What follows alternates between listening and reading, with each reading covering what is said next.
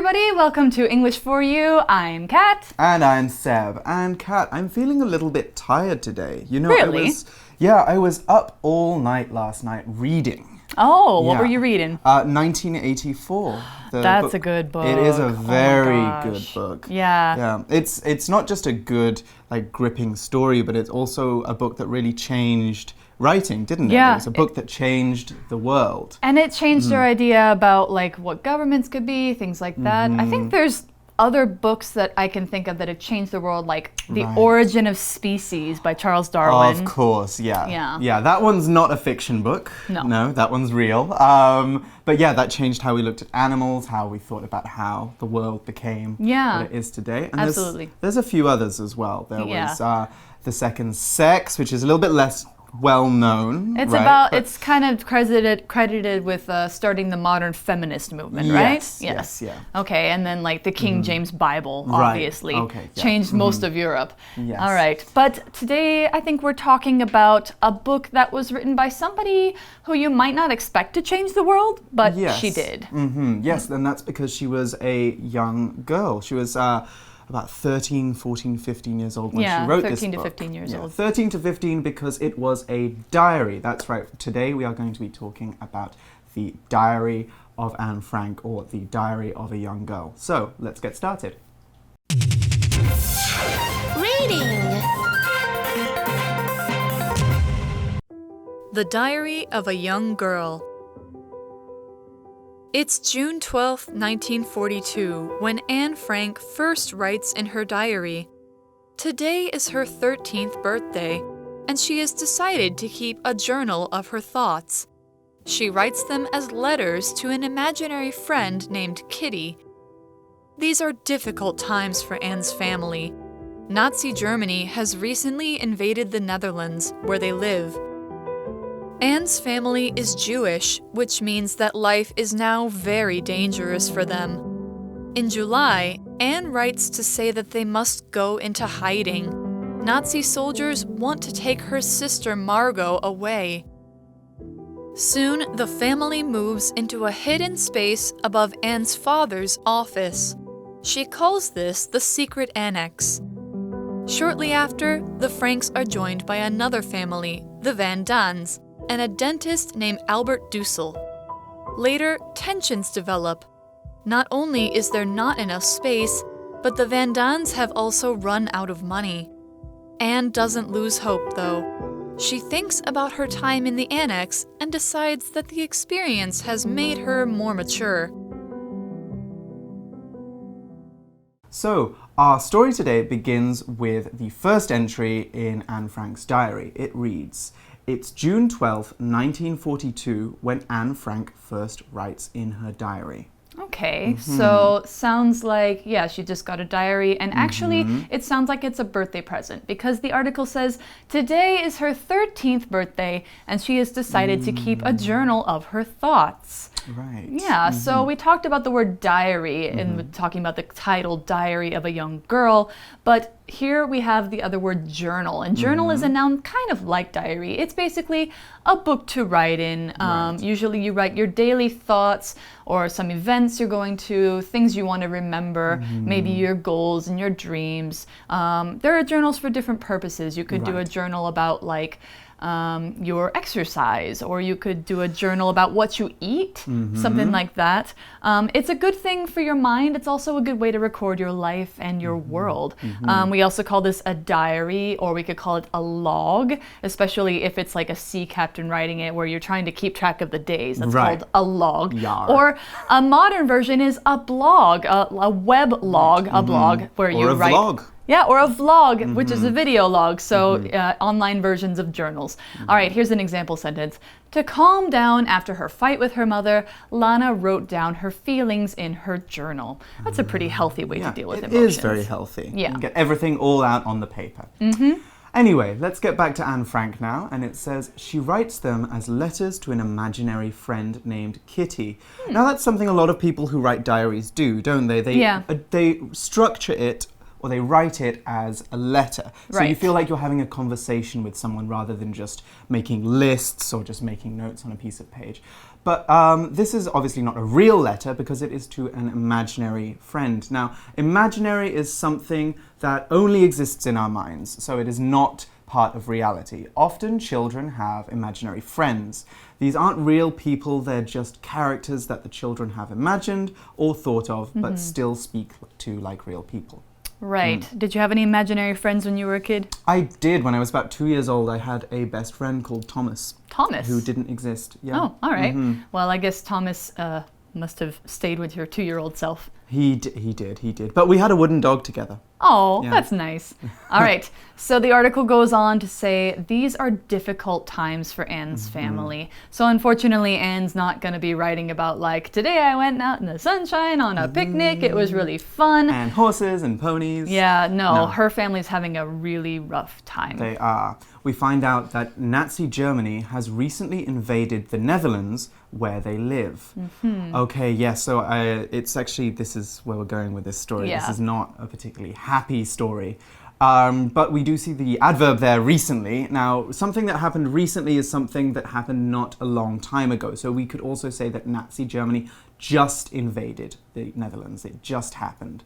Recently is one word we can use to say that we did something, or when we will do it. So Right. it places our actions in a specific time. We could also use the word originally as well if we want to talk about the things that we did in the beginning, but we're not doing anymore. Yes. So I could say, I originally studied Spanish. And that implies that I'm about to say, but I don't study it anymore. Or I Yeah. originally studied Spanish, but then I studied French. Another adverb we could use is eventually, and that is almost the opposite of recently, actually. Eventually is something that we will do after a lot of time has passed. So something that hasn't happened yet. So if you say, I'll get to it eventually, it means you're probably not going to get to it for a while. Right, it's not very high on your list of things to do. Okay, so our example sentence for recently is, the tourists have recently arrived in Taiwan and now they are collecting their bags at Taoyuan International Airport. Right, because when you've recently arrived, you would be picking up your bags. That'd be the first thing you do, right? Exactly. Okay, in this sentence, we also see the word invade when we're talking about Nazi Germany invading the Netherlands. So to invade something is going into a place and taking it over by force, not asking people, may we be here, may we stay here, we'd like to be part of your house. You're taking it because you want it and you're not asking anyone and they just have to deal with it.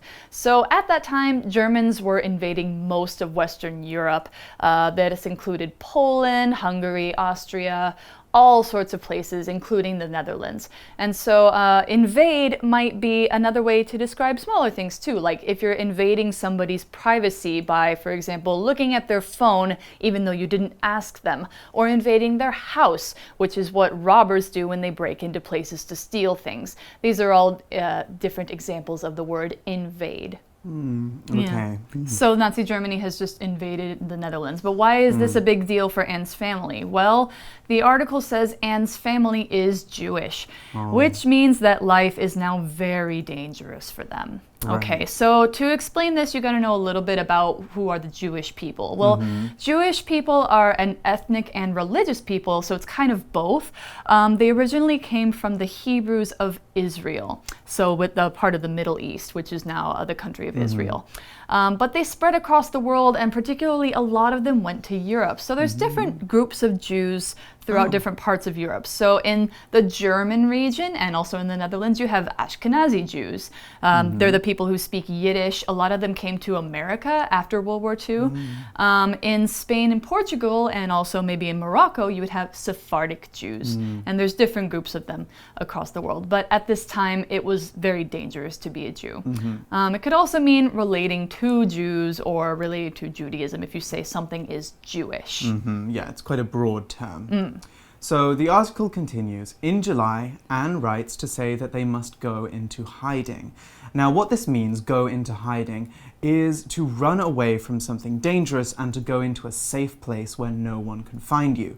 Anne's family is in hiding because they are in a secret place hiding from the Nazis. We could also say that they are fleeing the Nazis, which is another way of saying escape. Actually, we might say flee more if they're going to a faraway place, perhaps. If they're trying to run away. Right. But we could flee the Nazis by hiding in a small space. Yeah. Yeah. All right, so going on, it says, Nazi soldiers want to take her sister Margot away. I wonder why her sister specifically. But anyway, they're trying to find her sister. They want to take her away, probably so bad things would happen to her. So they want to hide her.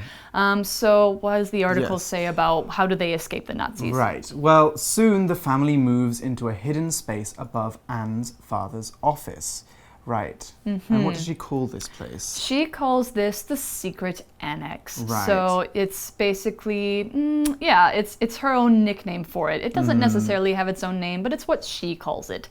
So secret here is an adjective that means hidden from other people or not known to many. It's could also be a noun if you want to say like, I have a secret that I want to tell you. It's something that you would keep from other people. You don't tell anyone, or you only tell people who are close to you and you know won't tell other people.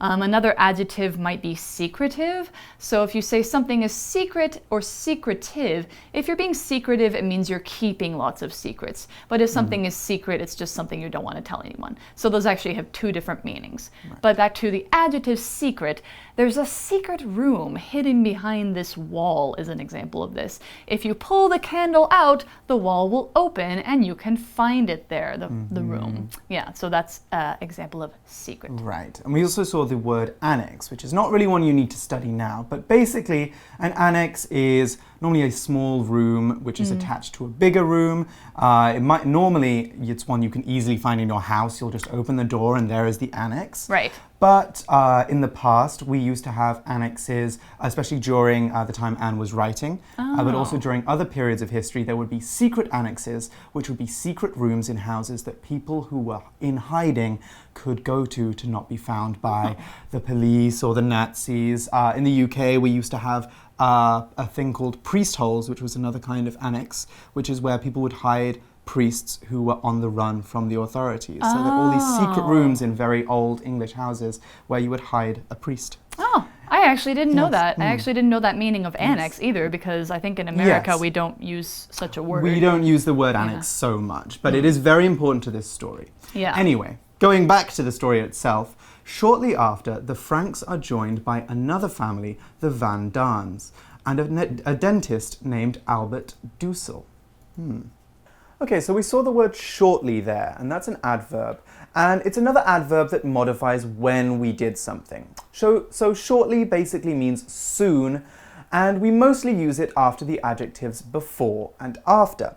So for example, shortly after I moved to Taiwan, I met my best friend. What I'm saying there is not long after, or a little while after I moved to Taiwan, I met my best friend. So not much time had passed. I could also say, shortly before I bought these jeans, I tried them on, because that's something you would do before you buy an item of clothing.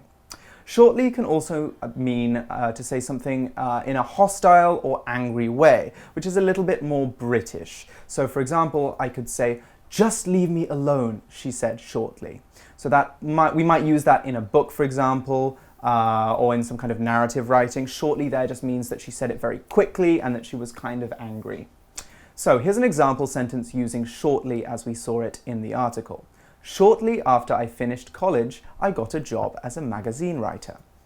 Okay, so yeah, shortly after they hear this news, they move into the annex. The Van Daans move in with them, so they have two families living in basically this one small room. And so no surprise when the article says later tensions develop. Ooh, right. Tensions, that's not a comfortable word. A tension is a type of relationship that two people have when they don't trust each other or when they are quite angry with each other.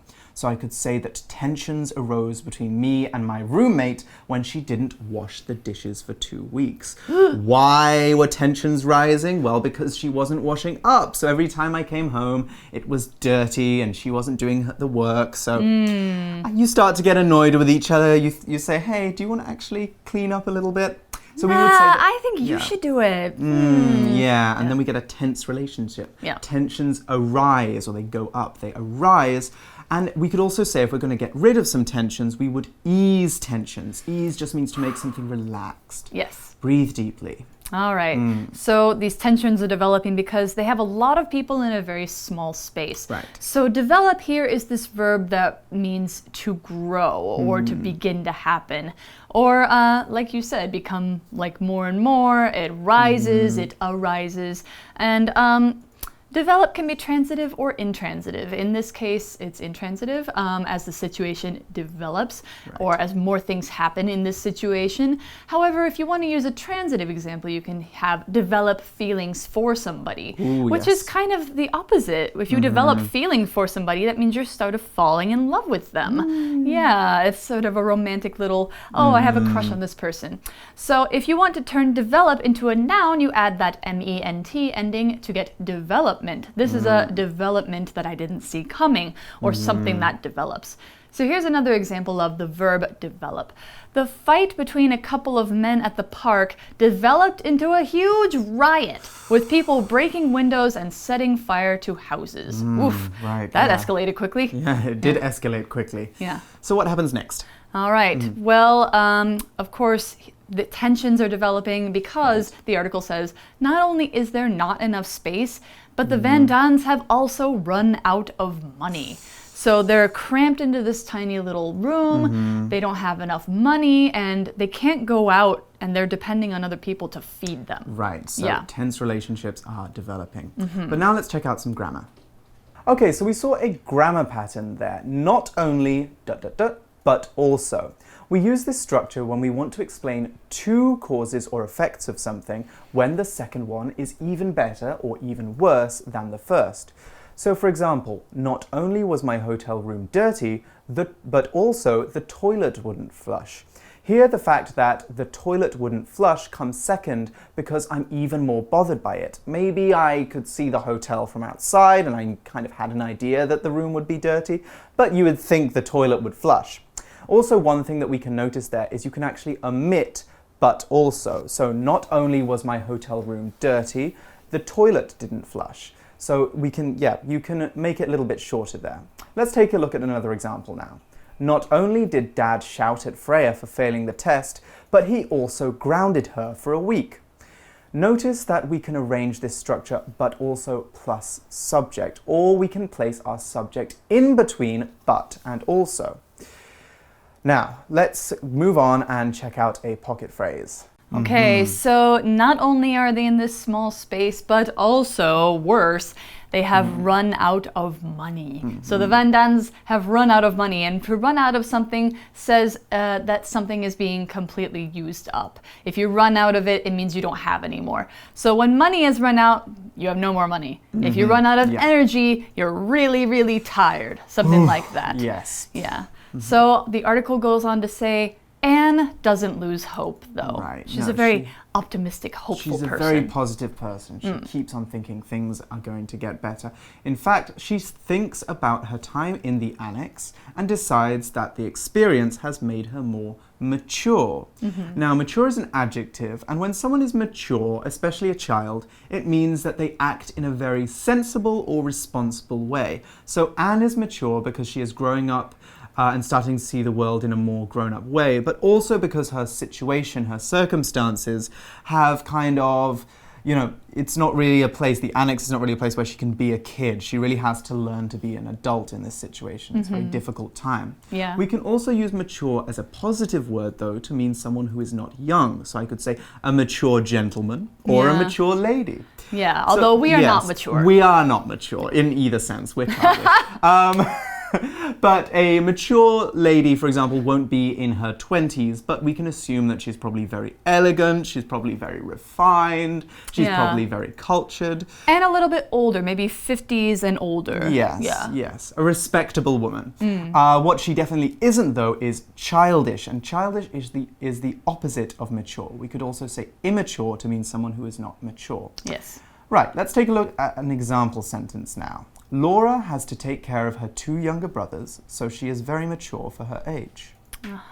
Okay, so sounds like they're having a tough time in this annex, but this isn't the end of it, of course. So right now, we're done with day 1. We're going to see day 2 tomorrow, but right now, let's go to our For You chat.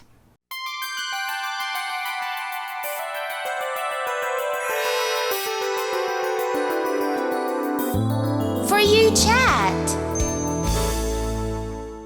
Okay, so we actually have a little bit of a personal question for our For You chat.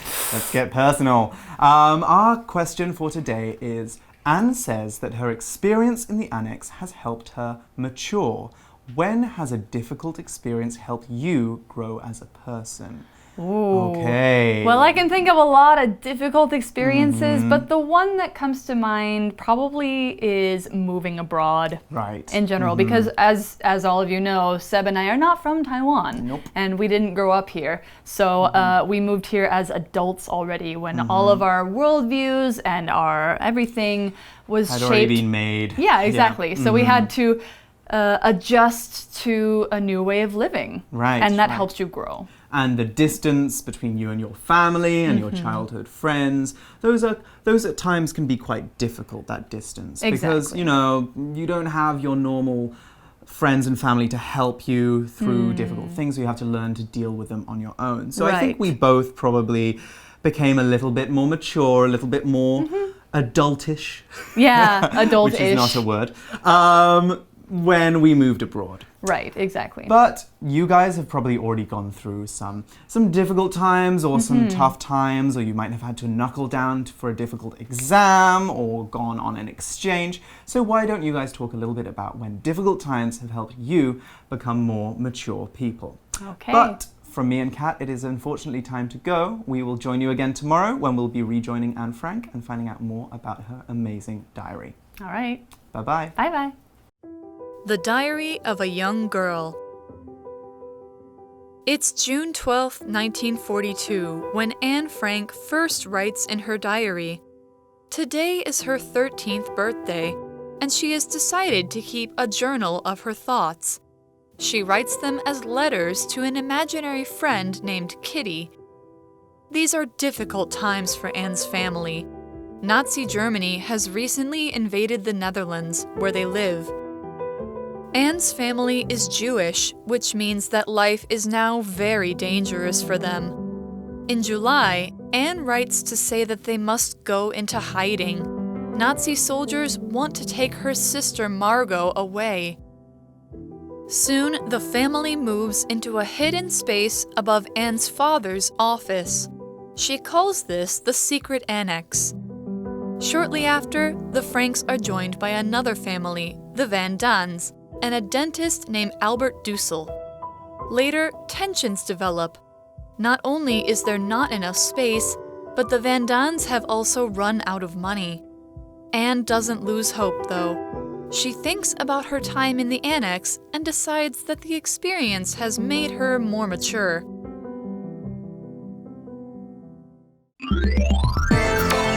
Vocabulary Review. Journal. Karen started writing a journal at the start of her senior year of high school. Recently. The weather has been terrible recently, but it's supposed to improve soon. Secret. There is a small door behind this bookshelf that leads to a secret room. Shortly.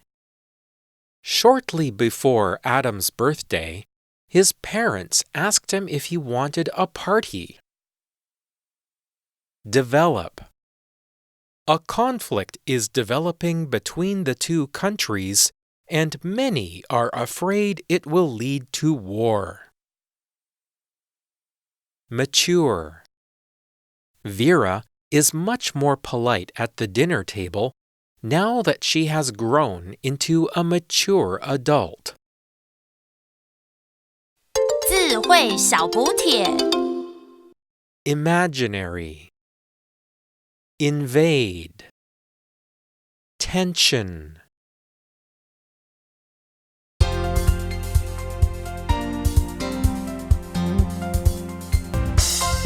以上节目是由活用空中美语制作，活用空中美语杂志，请洽询全国各大书店。